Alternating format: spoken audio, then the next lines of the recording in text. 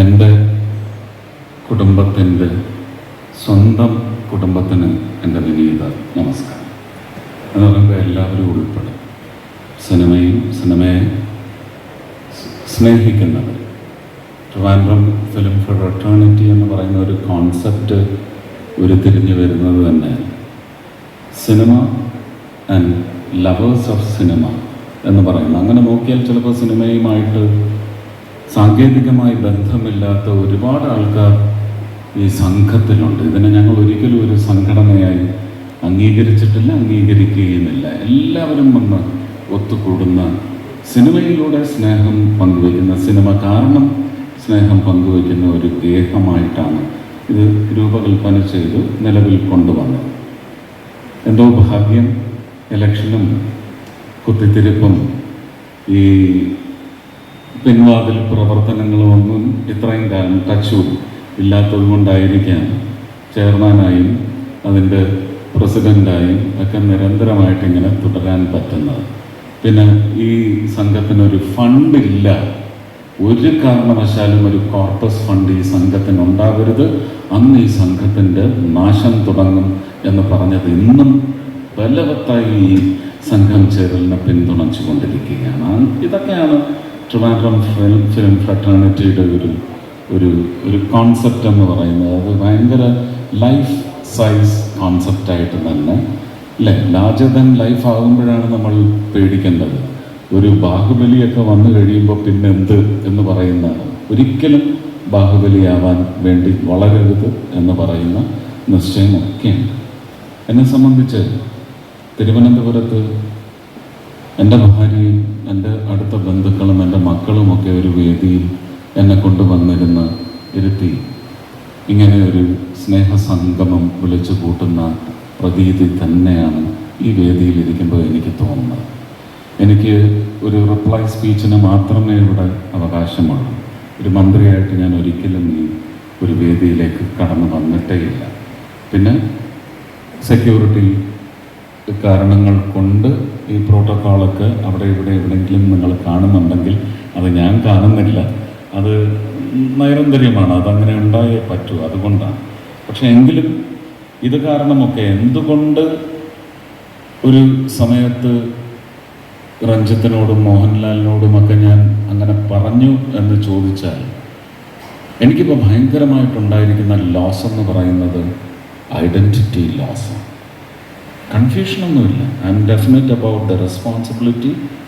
I am very definite about the social commitment, and I will not sway away from all those basic human divine concepts. ഇതൊക്കെ ഉറപ്പിച്ചു വച്ചിരിക്കുന്ന കാര്യമാണ്. എന്നാലും ഒരു identity crisis അല്ല, it is a definite identity loss.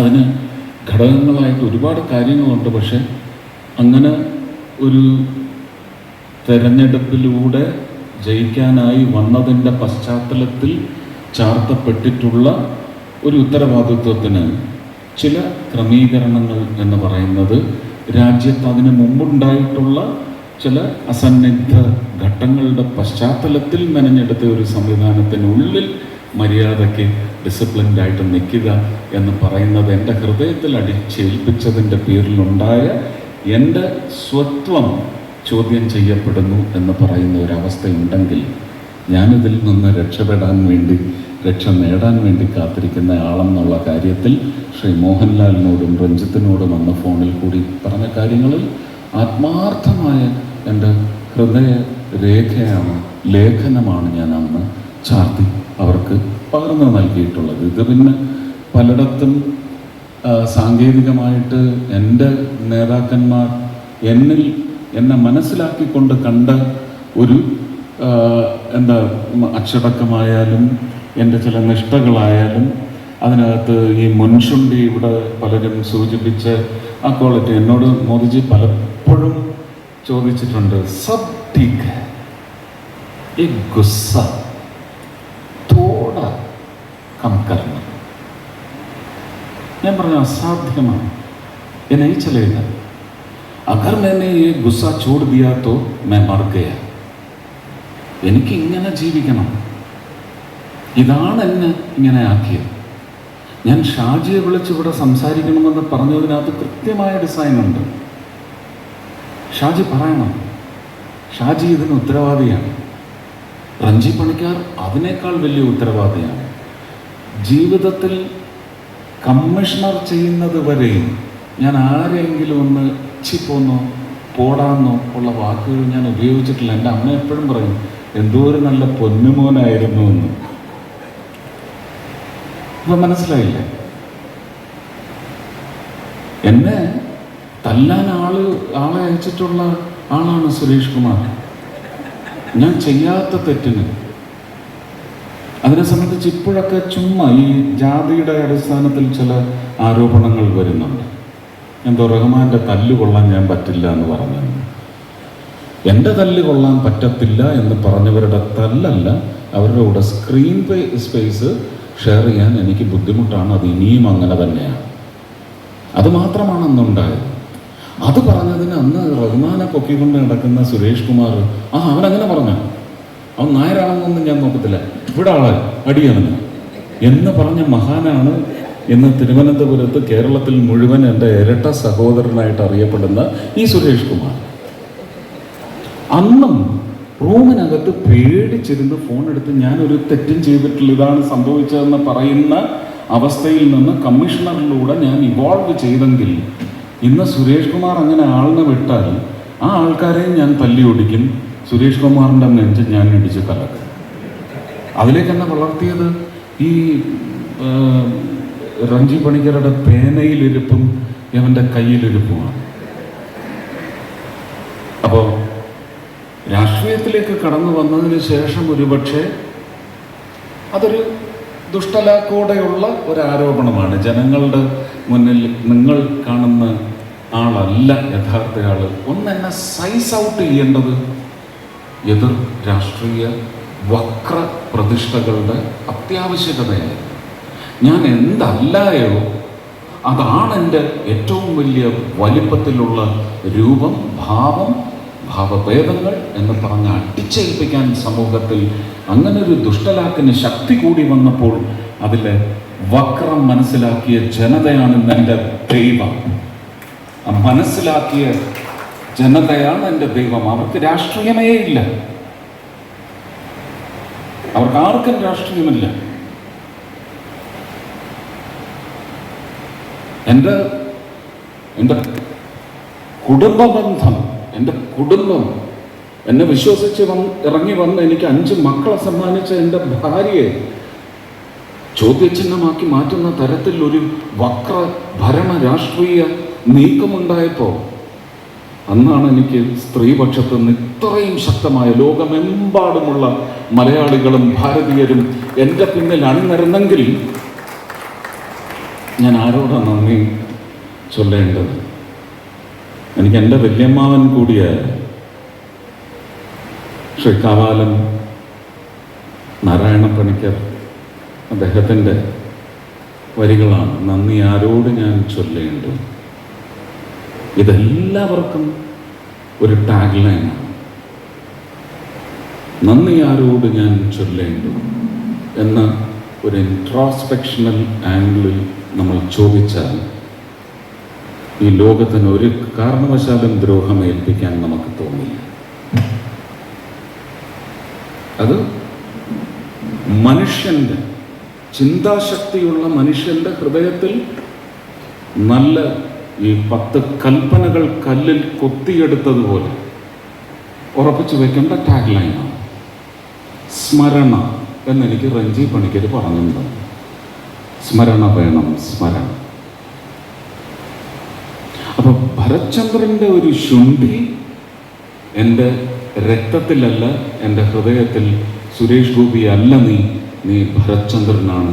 ഈ ഭരത്ചന്ദ്രനെയാണ് ഈ ജനതയ്ക്ക് ആവശ്യം എന്ന് പറഞ്ഞിട്ടുണ്ടെങ്കിൽ ആരോപണ ശരങ്ങളുമായി വരുന്നവർ ആ ശരം അങ്ങ് നേരെ നെഞ്ചത്തോട്ട് കുത്തി, സ്വയം നെഞ്ചത്തോട്ട് കുത്തി തറച്ചാൽ മതി. അതിവിടെ ഏക്കില്ല. ജനതയ്ക്ക് ഈ ഭരത്ചന്ദ്രനെ ആവശ്യമാണെങ്കിൽ ഞാൻ ഭരത്ചന്ദ്രനായി ജീവിക്കും, ഭരത്ചന്ദ്രനായി നിർവഹിക്കും, ഭരത്ചന്ദ്രനായി പെരുമാറും, ഭരത്ചന്ദ്രനായി തന്നെ മരിക്കും എന്ന് ഞാൻ ഇവിടെ വച്ച് ഉറച്ച വാക്ക് നൽകുകയാണ്. അതങ്ങനെ തന്നെയാണ്. ഇനി ഈ വേദിയിൽ വന്നു നിന്ന് പറഞ്ഞ് ഞാൻ വെറും ഒരു സ്നിപ്പറ്റ് റിപ്ലൈസ് പോലെ ഞാൻ പറയാം, അല്ലെങ്കിൽ ഈ പ്രസംഗം ഇന്ന് രാത്രി കൊണ്ട് അവസാനിക്കില്ല.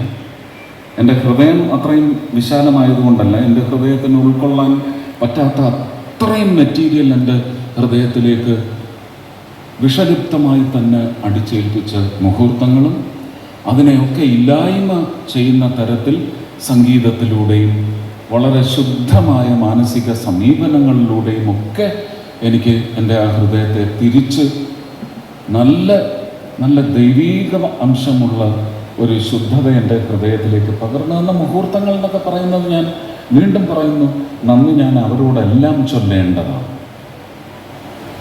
ഇവിടെ ഈ പറഞ്ഞ മുൻശുദ്ധിയുടെ കാര്യം ഞാൻ പറഞ്ഞു, അത് രഞ്ജി പണിക്കരുടെയും ഷാജി കൈലാസിൻ്റെയും പേനയിരിപ്പും മനസ്സിലിരിപ്പും കയ്യിലിരിപ്പുമാണ്. അതുകൊണ്ട് മാത്രമാണ് ഞാൻ ഇങ്ങനെ. എന്നിട്ടും ഞാൻ അതിനെ തള്ളിപ്പറയുകയാണ്. ഷാജി ഇവിടെ വന്നതെന്ന് സംസാരിക്കുമ്പോൾ സെറ്റിലൊക്കെ അവൻ കാണിക്കുന്ന ഒരു അക്രമിയുണ്ട് സംവിധായകൻ. അതിൻ്റെ ഒരു ശതമാനം പോലും ഈ മൈക്കിൻ്റെ മുമ്പിൽ ഞാൻ കണ്ടില്ല. എന്തോ ഒരു നല്ലവനായിട്ടാണ് നിന്നെ തന്നെ ഇവിടെ അവതരിപ്പിച്ചിറങ്ങിപ്പോയത്. കമ്മീഷണറുടെ ഭരത്ചന്ദ്രനേക്കാൾ ചടുലനാണ്, അതിനേക്കാൾ അക്രമിയാണ് ഈ ഷാജി കൈലാസ്. അത് ആ സെറ്റ് വന്ന് ഈ ഒരു പിരിച്ചുകയറ്റും ഒക്കെ കൂടെ കണ്ടു കഴിഞ്ഞാൽ, അനുഭവിച്ചാൽ മാത്രമേ നിങ്ങൾക്ക് മനസ്സിലാവൂ. ഷാജി സാറിനെ ഞാൻ അറിയുന്നത് എൻ്റെ 1 മുതൽ 0 വരെ ആ കാലഘട്ടത്തിലാണ്. എനിക്കൊരു ഫ്രെയിമിൽ എങ്ങനെ നിൽക്കണം, ഒരു ക്ലോസപ്പ് ഫ്രെയിം വെച്ചാൽ എങ്ങനെ നിൽക്കണം എന്നുള്ളതിന് ക്ലാസ് എടുത്ത ജിജോ സാറിൻ്റെ കൂടെ നിന്ന് ജിജോ സാർ വന്ന് 2-3 പ്രാവശ്യം പറഞ്ഞു കഴിഞ്ഞ് ഞാൻ അതിലേക്ക് ഒന്ന് ഫോളൻ ആവാത്തതിൻ്റെ പശ്ചാത്തലത്തിൽ എനിക്കിപ്പോഴും ഉണ്ട്. ആലപ്പുഴ കടപ്പുറത്ത് വെച്ച് ഷാജി സാർ ഇങ്ങനെ വന്നിട്ട് ഇവിടെ സോഫ്റ്റ് സുരേഷ് അങ്ങനെയല്ല ഞാൻ വെച്ചിരിക്കുന്ന, എൻ്റെ മുഖത്തൊരു ചുറ്റും ഒരു വര വരച്ച് ഇതിൽ നിൽക്കുക. സുരേഷ് ഈ കുറച്ച് നെർവസ് ആയതുകൊണ്ട് ഒരു കാലിൽ നിന്ന് ഈ ഗുരുവായൂർ കേശവനൊക്കെ ഇങ്ങനെ ഇങ്ങോട്ട് പോയിട്ട് പിന്നെ മറ്റേ കാലിൽ നിന്ന് ഇങ്ങോട്ട് പോകുമ്പോൾ ഈ ഫ്രെയിമിൽ ഇത്രയായിപ്പോൾ, അത് വൃത്തികേടാ സിനിമയെ കാണാൻ എന്ന് പറഞ്ഞ് ആദ്യത്തെ ക്ലാസ് എടുത്ത മനുഷ്യനാണ് ഈ ഷാജി കരുൺ സാർ. അന്ന് ആ കടപ്പുറത്ത് വീശിയ മഴ പെയ്യും എന്ന് പറയുന്ന അവസ്ഥയിലുള്ള ഒരു നനുത്ത കാറ്റ് പോലും എനിക്കിപ്പോഴും ഓർമ്മയുണ്ട്. എൻ്റെ മുഖത്തടിച്ചത് ഭയങ്കര സെൻസിറ്റീവായിട്ടും നെർവസായിട്ടും നിൽക്കുന്നതുകൊണ്ട് അതിങ്ങനെ സ്പർശിക്കുന്നത് എനിക്കറിയാമായിരുന്നു. അപ്പോൾ ജീവിതത്തിൽ എനിക്ക് നന്മ വഴിയെ വന്ന ഒരു മുഹൂർത്തവും അതിൻ്റെ ചോരയോ അതിൻ്റെ നാഡീ സ്പന്ദനമോ ഒന്നും മറക്കാതെ, ഒരിറ്റുപോലും മറക്കാതെ എൻ്റെ ഹൃദയത്തിൽ ഇപ്പോഴുമുണ്ട്. ഒരു വ്യക്തി ഇവോൾവ്ഡായി ഓരോ നിമിഷവും ഇവോൾവ് ചെയ്തു വരുന്നതിൻ്റെ പശ്ചാത്തലം എന്ന് പറയുന്നത് തീർച്ചയായിട്ടും ഈ ഹൃദയഘടനയാണ്. ഇതൊരു സന്ദേശമൊന്നുമല്ല, ഞാനിങ്ങനെയാണ് ഇങ്ങനെയായത് എന്ന് പറയുന്നത് അനുകരിക്കേണ്ടവർക്ക് അനുകരിക്കാം. ഞാൻ ഒരിക്കലും എൻ്റെ ഹൃദയത്തിൽ വന്ന വികാരം അടിച്ചമർത്തിയിട്ടില്ല, മറച്ചു വെച്ചിട്ടില്ല. ഇഷ്ടമില്ലാത്തത് അന്നേരം എന്ത് വെറുപ്പ് എനിക്ക് നേരെ വന്നാലും ഞാൻ തുറന്നു പറഞ്ഞിട്ടുണ്ട്. അതീ ഷാജി സാറൊക്കെ വിശ്വസിക്കുന്ന ഒരു സംഹിതയും, ഒരു freedom of speech, freedom of expression, freedom of ideology, ഇതെല്ലാവർക്കും അവകാശപ്പെട്ടതാണ്. അപ്പോൾ സമൂഹത്തിൽ നമുക്ക് നമ്മളെ തന്നെ ഒന്ന് മെനോവർ ചെയ്ത് കൊണ്ടുപോകുന്നതിനകത്ത് വലിയ ബുദ്ധിമുട്ടുണ്ട് എന്ന് പലരും പറയുമെങ്കിലും ഇവിടെ വിനു പറഞ്ഞു ഒരുപാട് പൊങ്കാല ഏറ്റുവാങ്ങി, ദിനേഷ് പണിക്കർ പറഞ്ഞു പൊങ്കാല ഏറ്റുവാങ്ങി. ഞാൻ ഇപ്പോഴും ഈ പറയുന്ന വിഷയങ്ങളൊക്കെ ഉണ്ടായി കേസുകളൊക്കെ വന്നപ്പോഴും മോഹൻലാൽ എന്ന് പറയുന്ന മനുഷ്യൻ വിളിക്കും, സുരേഷ് ഞാൻ എന്താ ചെയ്യേണ്ടത്? ഞാൻ തിരിച്ചു പറഞ്ഞിട്ടുള്ളത്, ഇനിയിപ്പം നിങ്ങൾ ഫോൺ ചെയ്ത് ചോദിച്ചോ എന്താ പറഞ്ഞതെന്ന്, ഒന്നും ചെയ്യേണ്ടതില്ല, നിങ്ങൾ നിങ്ങളെ തന്നെ സംരക്ഷിച്ചു കൊള്ളുക. ഞാനൊരു കുഴിയിലാണ്, ഞാൻ ഈ കുഴിയിൽ നിന്ന് കയറി വരില്ല, റോക്കറ്റ് ഷൂട്ടിംഗ് പോലെ ഞാൻ വരും, നിങ്ങൾക്കതിന് ആയെന്ന് വരുത്തില്ല, നിങ്ങൾ ഈ കുഴിയിലോട്ട് ഇറങ്ങരുത് എന്ന് മാത്രമേ ഞാൻ പറഞ്ഞിട്ടുള്ളൂ. എൻ്റെ ഈ 2019 വന്ന താരങ്ങളോടടക്കം വന്നേക്കരുതെന്നേ പറഞ്ഞിട്ടുള്ളൂ. ഇപ്പോൾ പലരും കുറ്റം പറയുന്നുണ്ട്, അമ്മയിൽ പോയി എന്തോ ഒരു സ്നേഹം, ഇവരൊക്കെ എവിടെ പോയിരുന്നു ഇലക്ഷൻ പ്രചരണ കാലത്ത്? ഞാനാണ് വിലക്കിയത്. വന്ന് അവരൊക്കെ ഈ പൊങ്കാല ഏറ്റുവാങ്ങാൻ വേണ്ടി അവരൊരു പാപവും ചെയ്യുന്നില്ല. അവർ എന്താണോ എന്നെക്കുറിച്ച് മനസ്സിലാക്കിയത്, ആ മനസ്സിലാക്കിയത് ഒരു പൊതുജന സമൂഹത്തിന് ഇന്ന് ഒരുപക്ഷെ ഉഴലുന്ന, ഭരണത്തിൻ്റെ പേരിൽ ഉഴലുന്ന ഒരു വിഭാഗത്തിന് നന്മയിലേക്ക് ഒരു ട്രാൻസാക്ഷൻ നടത്താൻ പറ്റുന്ന ആളാണെന്ന് അവർ മനസ്സിലാക്കിയിട്ടുണ്ടെങ്കിൽ ആ മനസ്സിലാക്കൽ കൊണ്ട് ഈ പാവം ജനതയ്ക്ക് ഒരു ഗുണമുണ്ടായിക്കോട്ടെ എന്ന് വിചാരിച്ചുകൊണ്ട് മാത്രം അവർ മുമ്പോട്ട് പറഞ്ഞ അഭിപ്രായ പ്രകടനങ്ങൾക്ക് അവരുടെ സിനിമാ ജീവിതം തകർത്ത് കളയുന്ന ഒരു സംവിധാനം മലയാള സിനിമയിലുണ്ടെങ്കിൽ അതിൻ്റെ ഒടുക്കം തുടങ്ങിക്കഴിഞ്ഞു. അത് ഒടുക്കിയിരിക്കും. ജീവത്യാഗം ചെയ്യേണ്ടി വന്നാലും ശരി തന്നെ അത് ഒടുക്കിയിരിക്കും. അത് ജന്മസമരമാണ്. അതെന്തിൻ്റെ അടിസ്ഥാനത്തിലായി? ഇതൊന്നും ഒരു മന്ത്രിയായിട്ട് ഞാൻ സംസാരിക്കുന്നത്. സിനിമയിൽ നിന്ന് ഒരുപാട് ചവിട്ടും കുത്തും ഏറ്റുവാങ്ങിയ ഒരു അച്ഛൻ്റെയും അമ്മയുടെയും മകൻ പിന്നെ ഉത്തരവാദിത്വത്തോടെ നിന്നെ ഞാൻ സംരക്ഷിച്ചു കൊള്ളാമെന്ന് പറഞ്ഞ് ജീവിതത്തിലേക്ക് വിളിച്ചു കൊണ്ടുവന്ന ഒരു സ്ത്രീയുടെയും അവൾ എനിക്ക് തന്ന മക്കളുടെയും ഉത്തരവാദിത്വം എന്ന് പറയുന്നത് എനിക്ക് വളരെ വലുതാണ്. ആ അച്ഛനായും മകനായുമായ ഞാൻ നിങ്ങളുടെ മുന്നിൽ ഇങ്ങനെയുള്ള വേദനകൾ പറയുന്നു. ഇത് വേദന എന്ന് പറയുന്നത് ബൈബിളിൽ പറയുന്നു പർഗറ്ററി, PURGATORY. പർഗറ്ററി എന്ന് പറയുന്നത് ചുട്ട് പഴുപ്പിച്ച പൈപ്പിലൂടെ, ഇരുമ്പ് പൈപ്പിലൂടെ ആത്മാവിനെ കടത്തിവിട്ട് അതിങ്ങനെ ധൂളായി പൊടിഞ്ഞ് ചിതറി അവസാനം ഇതിൻ്റെ മൗത്തിലൂടെ ഒരു തണുത്തല്ല കുളിര് പൂരിപ്പിക്കുന്ന ഒരു വാട്ടർ സ്ട്രീമിലേക്ക് കൊണ്ടുവന്ന് കഷിയിലിട്ട് കൊടുക്കും. അവിടുന്ന് ഇത് മുഴുവൻ ഒത്തുചേർന്ന് സുഖം, സൗഖ്യം, സന്തോഷം, ആനന്ദം, എക്സ്റ്റസി ഇതൊക്കെ അനുഭവിക്കുന്ന ഒരു ആത്മാവായിട്ട് രൂപം പ്രാപിച്ച് പൊന്തി വരും. ഞാൻ എൻ്റെ ഈ യാതനകളെല്ലാം ഒരു പെർഗറ്റോറിയൽ പ്രോസസ്സായിട്ട് മാത്രമേ ഞാൻ കണ്ടിട്ടുള്ളൂ. ഞാനെന്ന് അതിൻ്റെ ആനന്ദം അനുഭവിച്ചു കൊണ്ടിരിക്കുകയാണ്. ആ ആനന്ദം എനിക്ക് കൊണ്ടുപോകാനൊക്കത്തില്ല ഒറ്റയ്ക്ക്. നിങ്ങളെല്ലാം അതിൻ്റെ ഭാഗഭാക്കാണെങ്കിൽ തീർച്ചയായിട്ടും അതിൻ്റെ പങ്കുവെക്കുന്ന എൻ്റെ സഹോദരങ്ങൾ മാറണം എന്നുള്ളത് എൻ്റെ ശാഠ്യം തന്നെയാണ്. നേരത്തെ പറഞ്ഞ ശുണ്ഠി കലർന്ന ശാഠ്യം തന്നെയാണ്. അതങ്ങനെ തന്നെയാണ്. ഈ സുരേഷ് കുമാറിനിട്ടൊരു പണി കൊടുക്കാനുണ്ട്. അമേരിക്കയിൽ പ്രേം നസീർ സാറിനെയും കൊണ്ടുപോയി. കൂടെ ഉണ്ടായിരുന്ന അദ്ദേഹത്തിൻ്റെ സഹധർമ്മിണിയാണ്, കാമുകിയാണ്, കല്യാണം കഴിഞ്ഞിട്ടില്ല. അപ്പോൾ അവിടെ വെച്ചൊരു അറിയാമല്ലോ എന്തിൻ്റെ പേരിലായിരിക്കുമെന്ന് മദ്യപിച്ചെത്തിയ ഒരു പറ്റം ആൾക്കാർ എന്തോ ചെയ്യാൻ ഒരു കരപ്രയോഗത്തിന് മുതിർന്നപ്പോൾ അത് നടന്നു. പക്ഷെ അതിൻ്റെ ദേഷ്യം തീർക്കാൻ കാമുകൻ്റെ വികാരമുണർന്നു. ആരെയോ തല്ലി. അമേരിക്കയാണെന്നുള്ളത് ഓർത്തില്ല.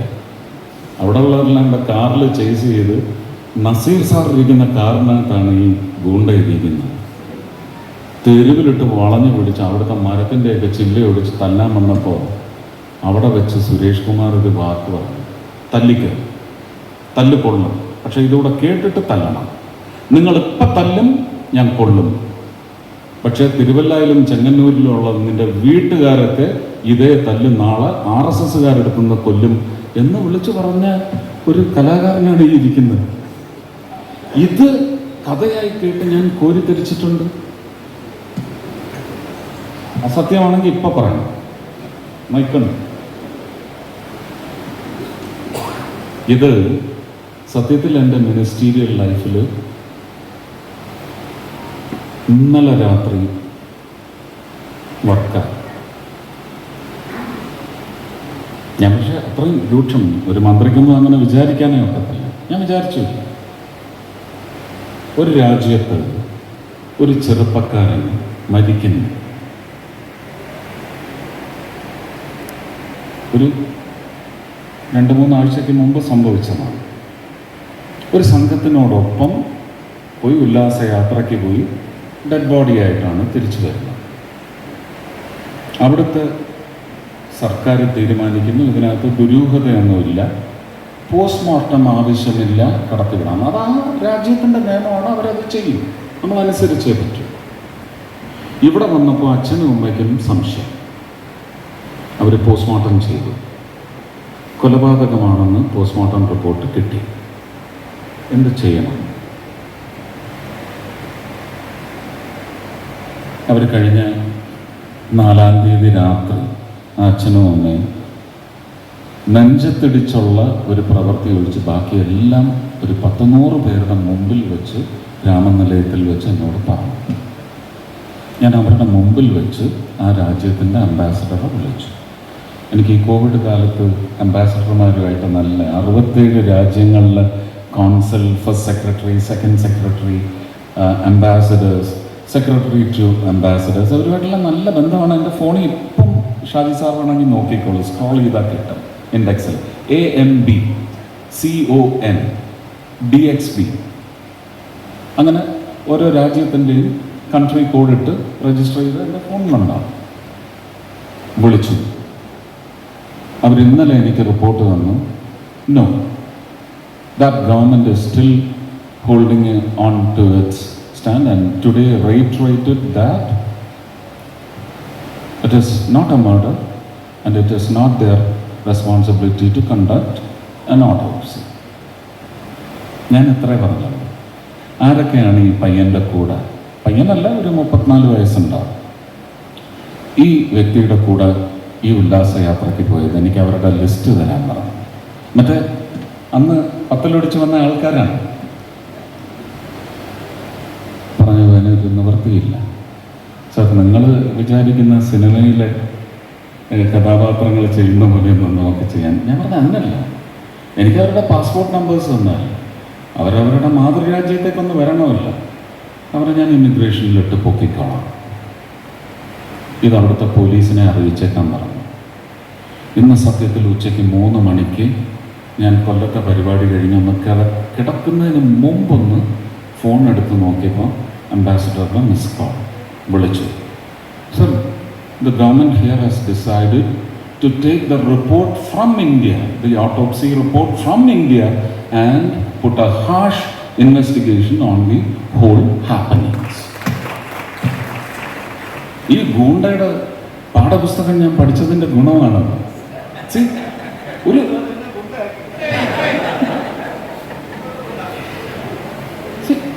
നമുക്കത് പ്രൊഡക്ടിവിറ്റി എന്ന് പറയുന്നതിന് പാഠങ്ങൾ ജനാധിപത്യ സംവിധാനത്തിൽ നമുക്ക് അംഗീകരിക്കാൻ പറ്റുന്ന ചില പാഠങ്ങളായിരിക്കില്ല, പക്ഷെ അതിൻ്റെ അംശങ്ങൾ നമുക്കെടുക്കാം. ഞാൻ ഉടനെ ഇവിടുത്തെ അവരുടെ വീട്ടുകാരെ തല്ലുമെന്നൊന്നും പറഞ്ഞില്ല.